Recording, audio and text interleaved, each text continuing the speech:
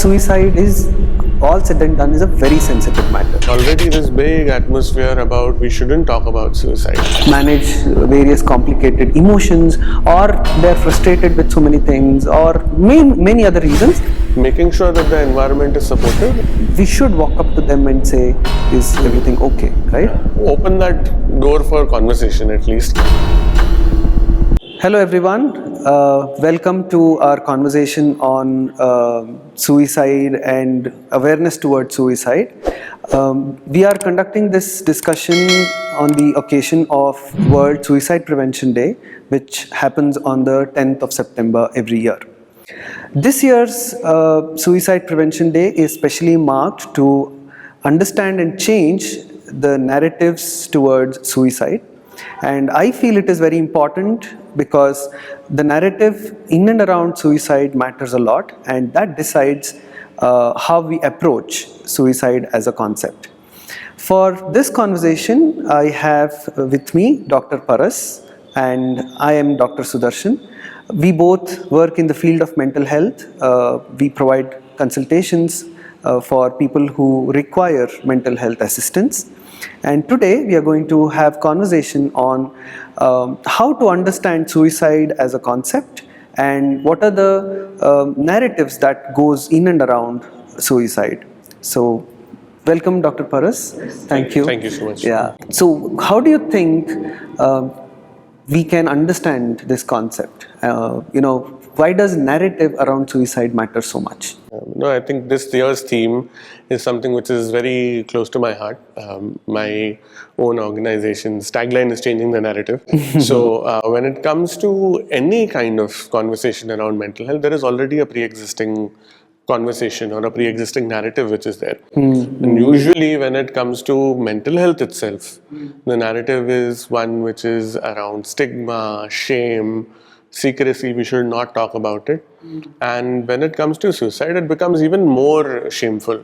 Right. So there is already this big atmosphere about we shouldn't talk about suicide. But I'm sure you would have seen the WHO report that came out a few years ago, which mentioned that India is the highest, number of suicides in the world. It stands first in the world, right? And first in the world, not just by absolute numbers, but also the ratio of suicides to the overall population. So absolute numbers also highest, and rate of suicides per 1 lakh people is also the highest. Yeah.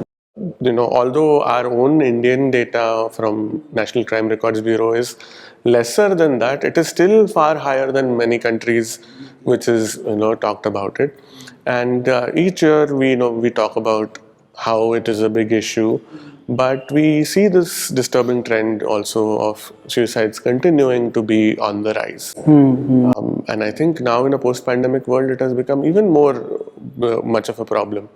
So I think it is extremely important for us to first examine what the conversations are around suicide in our country. True. And then talk about how they could be furthering the problem or maintaining the problem as it is, which is why I think it's a very important thing for us to question and then try to change this narrative. Yeah, I completely agree. Suicide attracts a lot more stigma than anything else because there is an extremity in reactions, right? Either people ridicule it, yes, and belittle the other person who thinks on those lines, or they make it too serious and too secret that nobody would want to even talk about. Absolutely. So this extremity is something that is very counterproductive on one side, and I think the other aspect is also how people perceive suicide itself, and I think that's what this year's tagline is all about.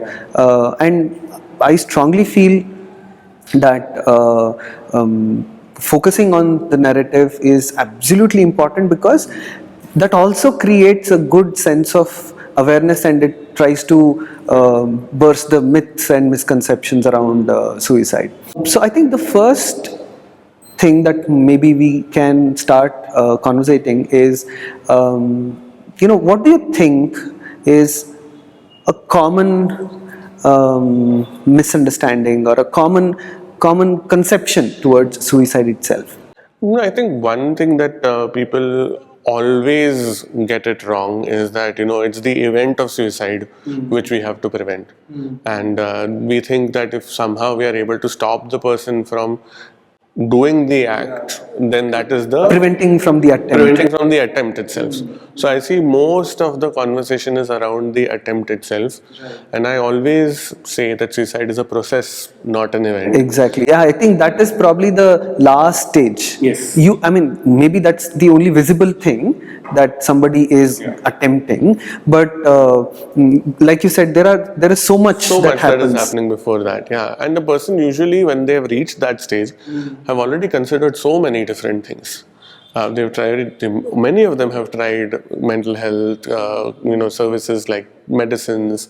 Many of them have been hospitalized in the past, sometimes even with failed attempts. Correct. Right, and they have been in counseling, they have been in therapy. So that's one of the things that people forget, that a lot of times suicide is not just something that happens out of the blue. There is a history, there is a background to this person having had challenges in the past. And I think the second myth which I always come across is that every suicide is not about mental health. So many suicides are not to do with mental health. It could be related to financial reasons, or relationship issues. It could be personal or professional failures.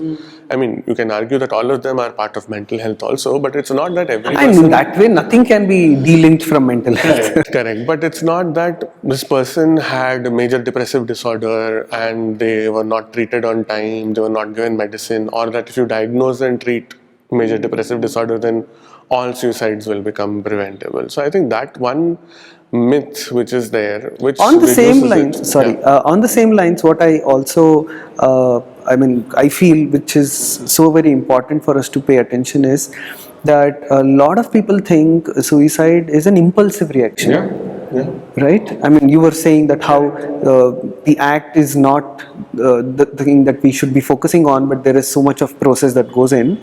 I think one thing that we need to set the narrative right is suicide is definitely not an impulsive action, right? I mean, that is just one form. Correct. Somebody being very impulsive, maybe because they can't control their anger, or they can't manage various complicated emotions, or they're frustrated with so many things, or many other reasons.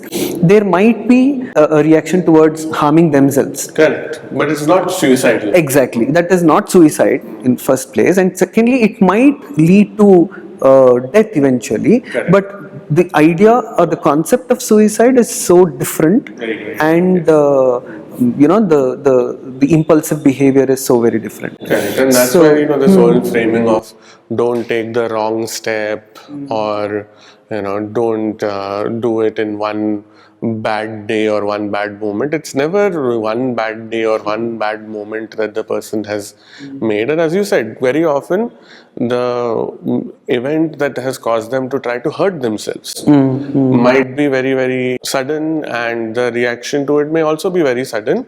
But very often it is because of the accidental injury that happens to the person while trying to attempt to hurt or harm themselves that leads to some of these suicides. So it's definitely not some impulsive act or some act where one day the person woke up and they did that, and there was no sign whatsoever before that. Welcome back. We were talking about understanding suicide and the complications around it. So it's almost like people believe, right? They say, "Oh, he was all fine, she was all fine, and everything looked very normal." And suddenly we hear this news.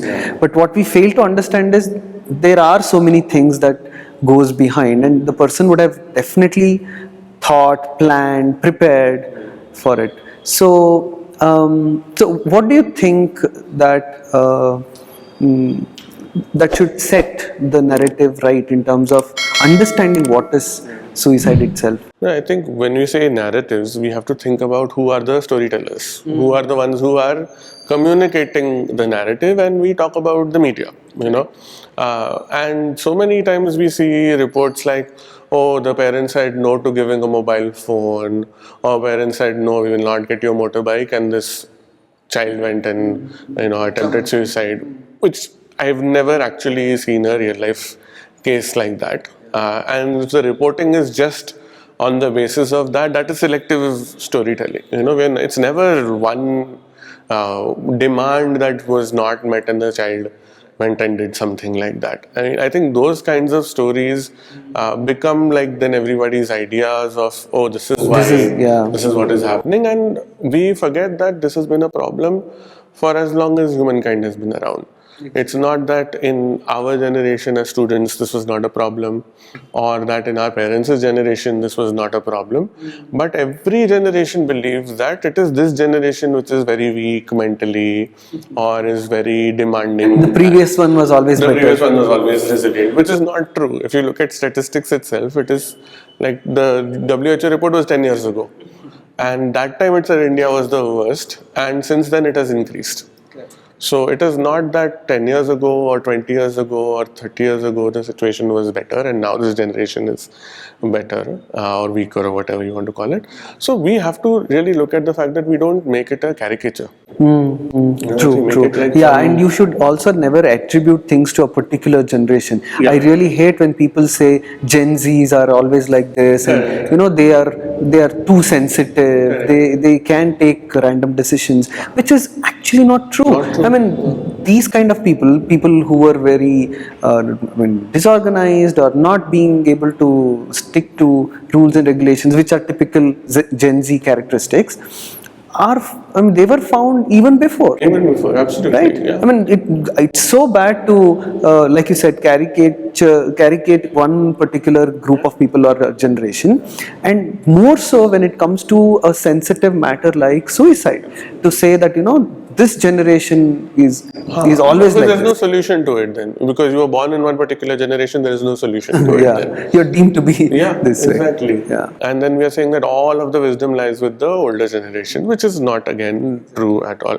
I thought I'd ask you one question, because one thing that often comes up, and because you are the head of a department at an academic institution, is that institutions don't want to talk about it. And especially if there is a attempt or a completed or a successful attempt of suicide by somebody, most often it is seen that institutes don't want to talk about it. Or at least the first thing that the institute wants to do is to say that we were not responsible for it, there were some personal reasons for it. So what do you think is the responsibility of an institution? Firstly, from the point of view of making sure that the environment is supportive, and secondly, if such an unfortunate incident happens, how should they respond? I'm so glad you asked me this question, because I think this is true not only with academic institutions, but I think this is probably a scenario that you would see in most of the organizations. If at all there is an attempt and successful attempt of suicide, the first thing that the organization does is to back off and say we are not responsible for this. And I see a reason for them to behave that way. One is definitely the stigma, because people will start attributing and saying, oh, this seems to be there seems to be something dark in this organization, something is not okay, or the management must have done something, and so on and so on. So the way society looks at it, the way people start spinning stories around, absolutely, I think that is what most of the organizations are afraid of. So therefore they want to either hush it or say, maybe this is something that to do with their personal life and has got nothing to do with our organization. And I understand that as an immediate response. They are going into damage control. Correct. But then after the matter has settled, what then stops us from doing anything about it? So that is the first response, right? The second thing what happens is most of the organizations remain clueless. Now what do I do? As an organization, as a management, should I go and talk to the family members? If I have to reach out to them, how do I console? Correct. So that awkward thing is what I think most of the management would want to avoid. So they would want to ignore or be silent completely. That's the second round of response that most of the organizations have. even more scarier is the organizations would never want to talk about it to their own employees. Correct. You know, they would have lost their own person in the organization. It could be a student, it could be a teacher, it could be an employee, it could be whoever, but the organization never wants to reach out to others. They want to erase them from as if they never Exactly. existed. Yeah, they think being silent will erase everything and people will forget. But they don't know that it actually seeps in and people absorb it in a very different way, and that can damage individual mental health as well as the organization's environment. So I think that's the most dangerous thing that anybody could do. I think one way to deal with this is organizations should come forward and release a statement saying that we are very unfortunate to hear this, or some response from the organization which is sensitive and acceptable, which sends a message to the family members, their own employees, and to the society at large. I think that's how to go about. Do you have any experience? I mean, I've lost clients, unfortunately, in cases when they were a student. Pretty much, what you said happened. But that time I saw, like the students rising up and saying, no, we want to acknowledge this person's passing. They have organized memorials, and I think in that situation, at least because the students came forward and said, no, we should at least talk about why it happened. There was no, the institute was not being blamed, but the institute was very hesitant to acknowledge it and do something about it on their premises. Right. So I think once the students came forward, a memorial was organized. They all got to speak about their experiences with the person who had passed on. I think more than anything else, it is about the people who survive, right? I know. And the impact on their mental health. And a space like that is extremely important for them to be able to come together, remember this person, share their grief with each other. And that's one way to cope, isn't it? That is exactly what you would do if a loved one in your family passes away. So why would you deny, students or colleagues the opportunity to grieve and mourn in their own way? And many of them, even said that, we didn't know if it was our place to go to the funeral. Correct. Because that is something for family. Correct. And especially when it is a death like this, people are even more scared to attend.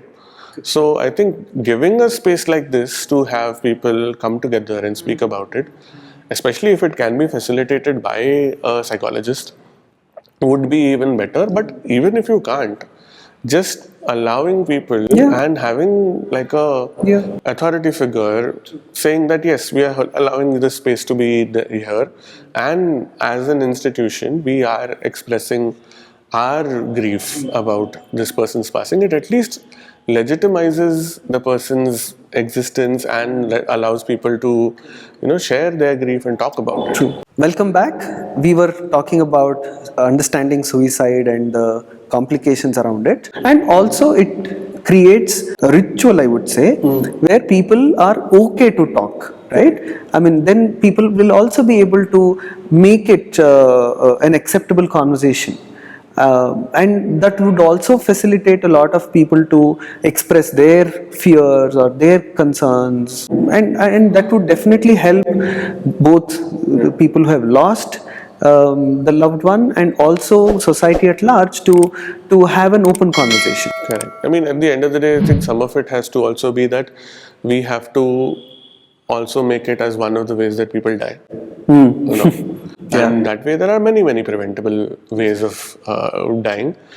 So why should we not recognize it when somebody dies of suicide? I'm so glad you said that, because this is one thing that was crossing my mind, that the other part of stigma is coming from how legalities would look at suicide, isn't it? Correct. Very recently we were calling it a crime.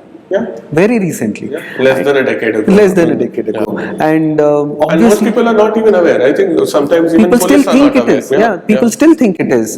And I think that is something for us to also look into, because when I understand why organizations would not want to come forward is also because they're scared that what if we land up in any legal That's the funny part, because suicide attempt in itself or completed suicide is not illegal or a crime anymore. Abetment to suicide is illegal. So if you're being quiet, it actually is, the question is, okay, if you haven't done anything, then why should you not talk about it? So that's the confusion over there. Just by observing or acknowledging somebody's death does not mean that you are saying there is abetment. But just that says how deep the stigma is, Yes, absolutely. how deep the misconception is. Correct. Now, suicide is, all said and done, is a very sensitive matter. Of course. And it is not easy for everyone to, talk about it or even face it, right? People are scared. Is there a way we could make a common man sensitive or aware towards it and probably help people to develop a healthy narrative towards it? I always go back to one of these trainings which I had attended as a student, and it said that everybody is, an ally in this process. Whether you are being a good or supportive ally or whether you're being a bystander, that is up to you. So I think the first thing that we have to teach people is that if you are being an active participant in prevention and not just being a passive bystander, that in itself will help the situation. Right. No, but the whole challenge is, how do I come out of this bystander's position? Because one, I'm scared, Correct. right? Secondly, I'm clueless. One, I don't know if somebody is going through, because it's a very undercurrent thought, and one fine day I realize somebody has committed it. So as a common man, it is so difficult for anyone to step in and to help. Yeah, and also, to borrow, an analogy from another physical illness, if you see your colleague who's otherwise fit and fine, suddenly they're out of breath when they're climbing 1 or 2 flights of stairs, you would sit them down and ask them that, okay, normally it was not like this with you. Is everything okay? Or do you need to go to the doctor? So normally, if you see a big shift in somebody's mood, it should be the same thing. It should concern you and you should ask. I think our confusion is that we think if we ask somebody like this, either they will get offended and they will be very mad at us, or we think that it will put something in our head. Yeah. Which we know, as therapists, as psychologists, we know that is not true. Nobody can put the idea, and it is not some novel idea that nobody has ever thought about. This or before. It is not like, just by uttering the word, somebody gets influenced. Like that. So I think that message has to be hammered into common people's minds, that if you notice something, and there are signs, so if you notice something, if you see something, then you say something. Correct. And you ask in whatever vocabulary, whatever language that you can, you just tell this person and ask this person that, everything doesn't seem okay. Is there something that you need? Is there something that you would like to talk about? So I think the first point we should put across to everyone, it's okay to talk about it. Absolutely. We don't have to shy, we don't have to go back and think twice. Of course, we shouldn't be talking to people who don't Just show signs, just randomly like that, which would reduce the seriousness of it. But if at all we feel that somebody is not feeling okay, or we see some signs, we should walk up to them and say, is everything okay, right?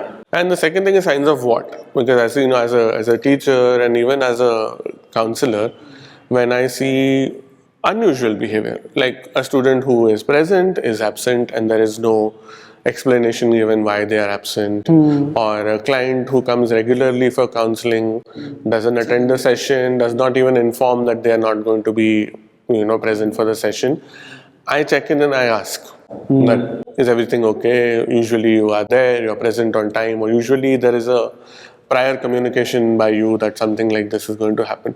So sign of not just the fact that the person might be thinking about hurting or harming themselves, but signs of discomfort, unusual behavior, anything which is different from their usual self, and you open that door for conversation at least.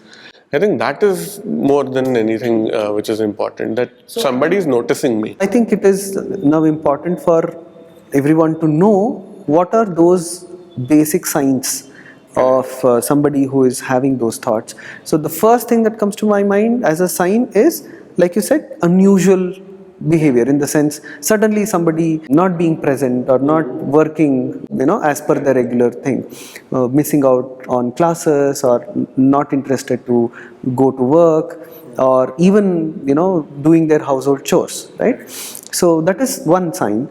I think, what could be the second one? I think decline in health and frequent Visits to Yeah, doctor. frequent visits to doctors is also a sign. We don't think of this as one of the signs, but somebody falling ill again and again, somebody having emotional breakdowns also, or outbursts. It could be that somebody has like a crying spell, or a fit of anger or rage. Sometimes we see road rage, very very common in our cities, but you are seeing more than the situation requires in that kind of a time. That okay, fine, there was an argument, but it didn't require that much of a response. Or sure, there was something sad, but this person was way too upset, and it didn't look like it was only about this particular situation. So I think disproportionate emotional responses, as we would call it, whether it is anger, whether it is sadness, whether it is any other kind of a situation, but the response is far bigger than what it is. That is indicating some amount of stress or some amount of emotional issues which are happening in the background, which we as of right now don't know. Right. And I think the other aspect also that we should look into is, that they are generally not interested in the regular tasks that they would do, right? Even the regular tasks that they enjoy They doing. used to enjoy, yeah, exactly. So maybe they are no more interested to watch the movies that they used to appreciate before, or they don't want to mingle with friends and The all. foods which they used to enjoy Yeah. are not, making them have fun or enjoy anything.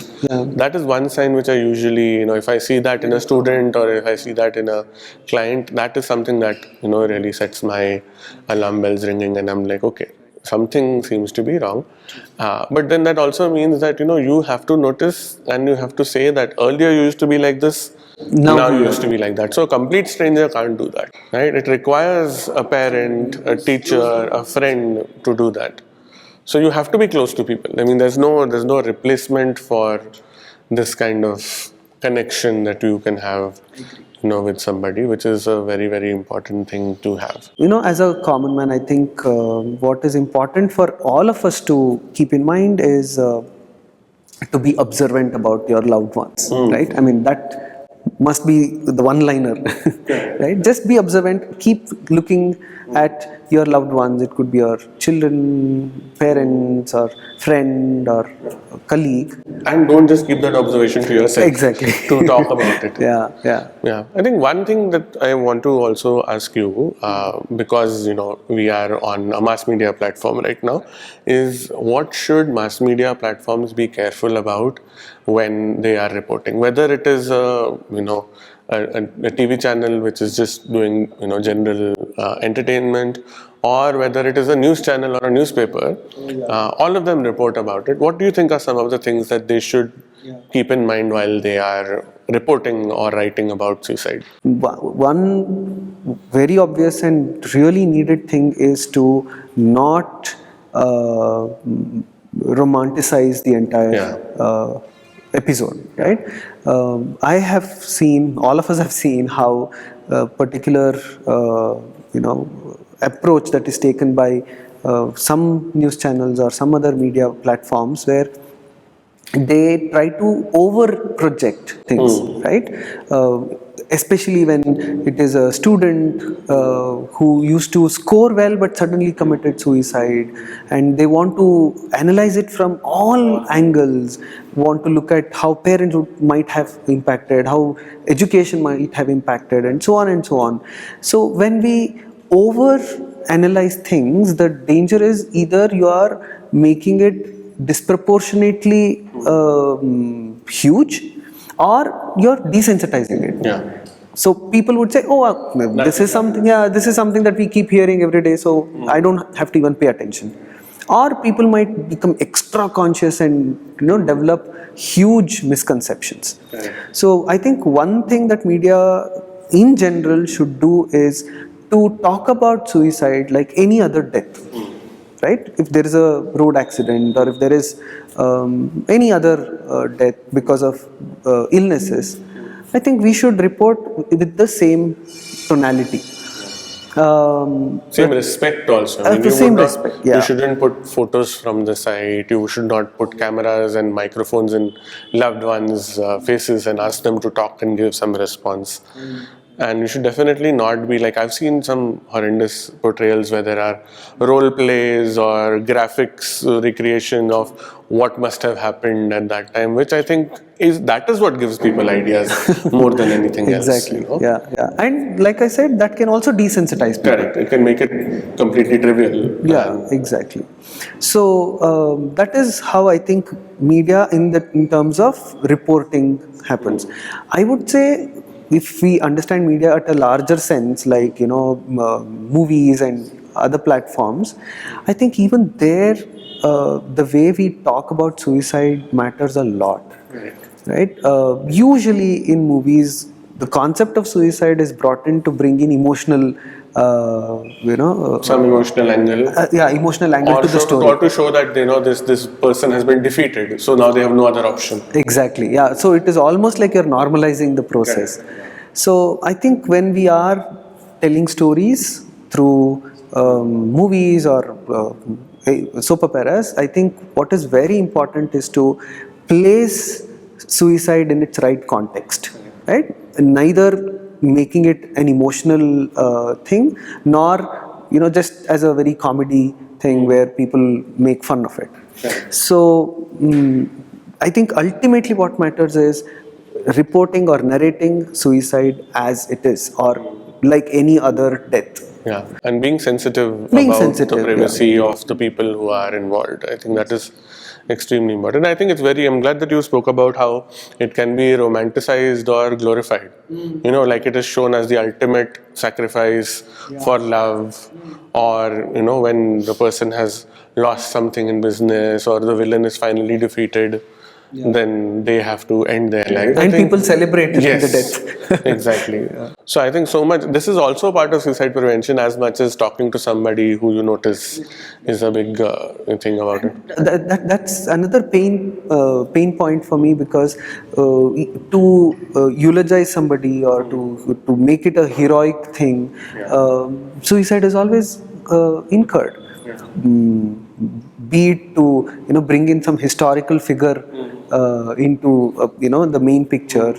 Suicide is always one thing, or they may not call it suicide, they would call it sacrifice, but ultimately that's what it is. So I think we need to be really careful about all of this. So I think as a general tone that as a society we all have to develop is that mindset where we are open to talk, but we talk what is needed. Welcome back. So far we've spoken about the narratives around suicide. We've also spoken about what is the responsibility of media and society at large.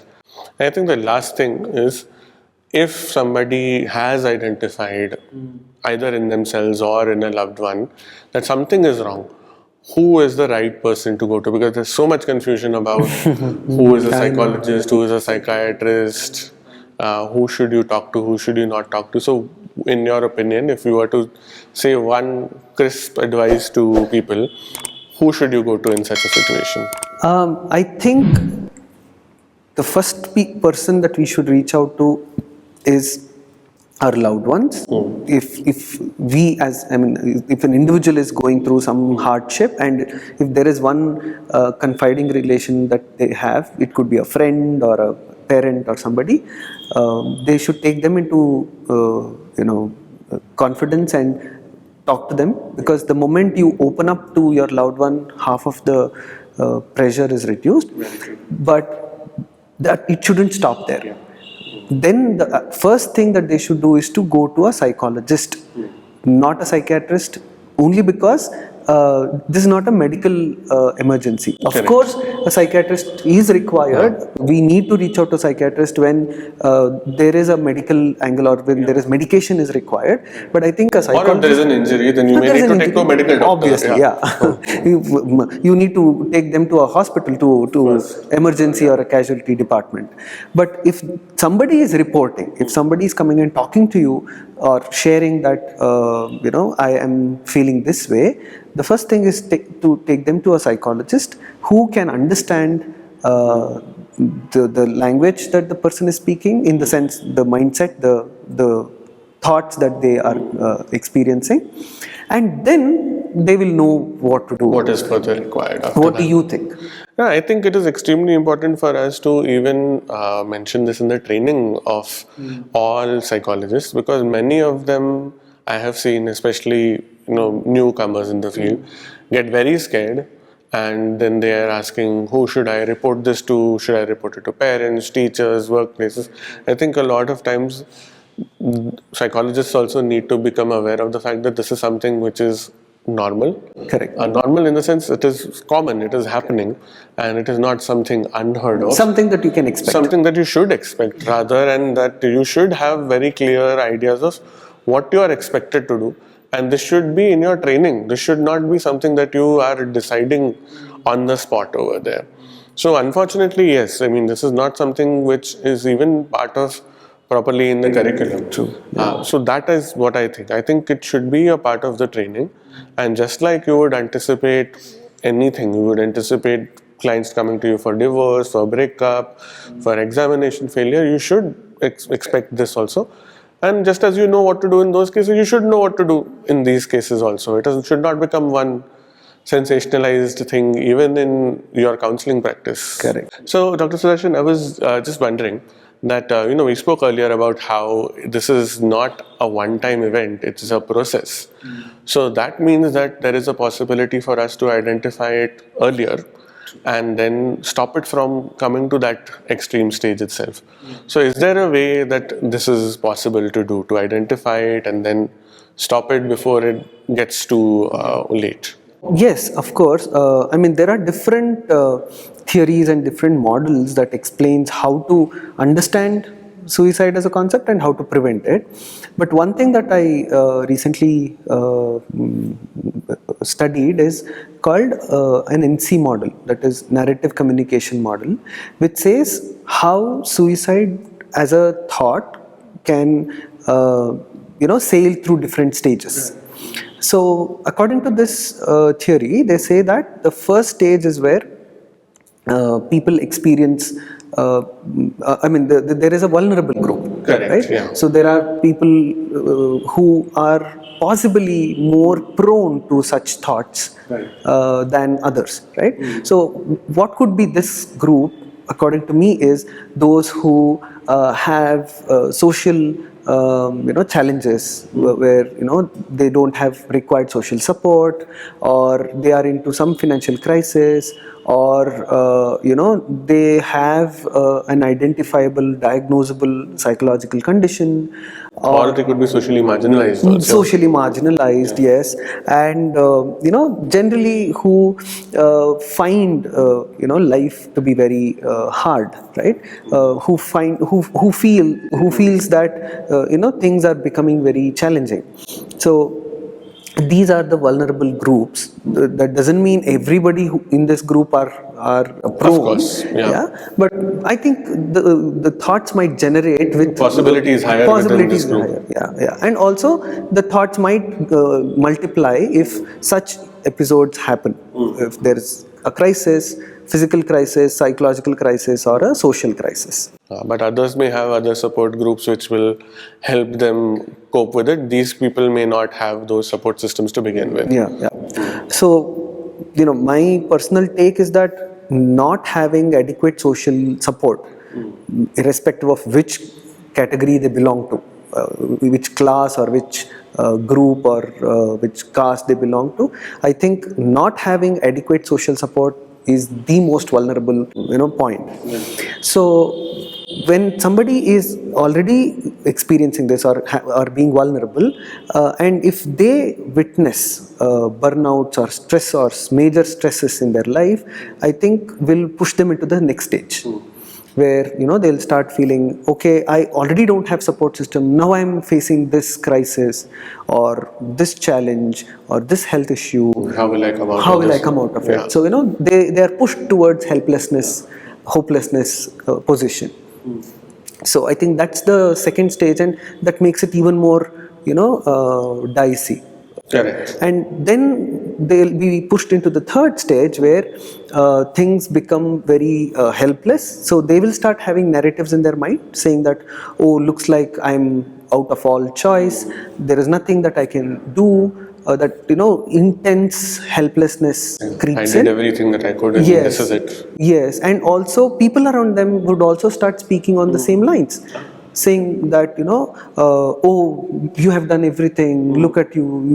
There is nothing that you could do now. So people are also thinking that this person is a lost cause. Exactly. Yeah. So that tone of failure, tone of weakness will set in, and I think that would push them into the fourth stage where they start thinking actively towards ending their lives. So, considering these four stages, now can you probably bring in some points where how do we cope with all these challenges? Welcome back. So far, we've spoken about the narratives around suicide. We've also spoken about what is the responsibility of media and society at large. Now, let's talk about how we can prevent this from becoming an issue in the first place. So, I think what you said in the first stage itself is very important. All of us are not created equal. Some of us, by whatever by fate or accident or by any our social identity, where we were born, we are already more vulnerable than others. So therefore, as a society, as psychologists, as parents, we should always look out if we know that there are already some challenges like this with the person. That is one thing, that there has to be specific focus on vulnerable groups. Right. And nobody should be made to feel that their vulnerability is their fault.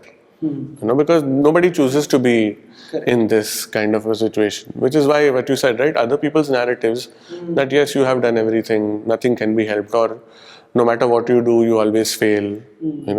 Those narratives are somewhere coming from this idea that this person is responsible for feeling this way. Correct. We are personalizing. Yeah, it's not a personalized thing. It's usually a much larger systemic issue. Correct. Yeah. So creating that social support is so important, right? Yeah.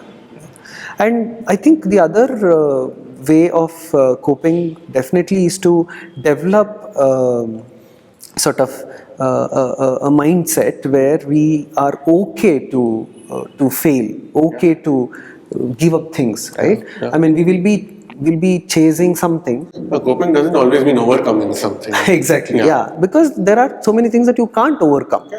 So the only weapon we have is to accept it, right? So I think we should also start accepting or start believing that it is okay to lose, or it's okay to not achieve something that we wanted to achieve in life. It's okay to have plan B or C also. Exactly, or not have anything. Not have anything, yeah.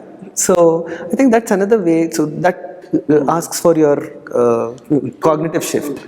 No, so many of my clients have given up some academic programs or some corporate jobs because they realized that they couldn't do it. And there is nothing wrong with the fact that you can't do it. It's okay if you can do another course, or if for 2-3 years you don't want to go back to working also. I mean, of course, comes with privilege with a lot of that, but it should be made okay for people to take this time away from whatever is making them feel this way. And again, the question of support comes back. Very true. Yeah. And that's why I think the bedrock is support system. Yeah. Right? There should be financial supports as well as social familial supports. support. Yes. All sort of backup is required, obviously. So in the lines of normalizing, or in the lines of saying that it's okay to give up or to accept that we weren't able to achieve what we wanted to, also calls for a broader belief system, right? I think that's where spirituality also matters. Of course, spirituality is not about the religious practices that you do, but it is your mindset, accepting things in life, and understanding that It's a philosophical approach yes, towards life. the life philosophy that we need to have, I think, very importantly, is to have that approach that not everything is in our control. Life is not 100% under our There are control. things which are bigger than us. Correct. There are bigger things. It's a complex matrix, right? You can't just make everything work in your way by pushing one point to the other. There are so many complexities, so many things, and accepting life as it is, I think, is the bottom line of it. And of course, there are ways to cope with it in terms of practicing, slower pace of life, and not going too much into acquiring and being materialistic way of looking at things. Not always thinking that competition and Yes. beating others and coming up on top is the only way of Right. being successful. There are other ideas of happiness, other ideas of being True. content. Right. Yeah. So I think when we practice all these things, one will be able to deal with the challenges that life poses at us. So for us, I think today we had a good conversation on how to understand suicide, and we have also talked about how to deal with it. Correct. So, but of course, there are so many things that we can talk. There are so many things that people ought to know. But of course, we both can't cover No one everything. conversation can do full justice to it. Exactly. So I think we will. Let us hope that lot more people come up. They'll start talking about it, and many people also come forward to. If there are more questions, we can speak more about it. That is what we want. Yeah. So it was a nice conversation. Thank you so much. Yeah. Likewise. Thank you, viewers. It is this World Suicide Prevention Day, and there is so much that each one of us can do, and there is so much that we all can join together and prevent this problem that the entire society has been facing from time immemorial. So we are looking forward to meet you again and share a lot more thoughts on all the aspects of mental health. Thank you so much for watching. See you. So I think we had a very rich discussion today about all the different aspects about suicide.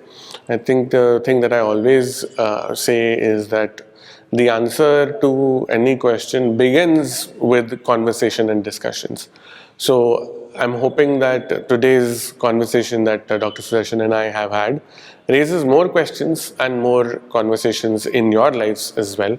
And that is all I would want everybody to do, to talk more about it and discuss more about it, because when we talk and we discuss, that is when possibilities of different answers come by. So with that hope, I take your leave for today, and I hope to have more such conversations with all of you in the future. Thank you.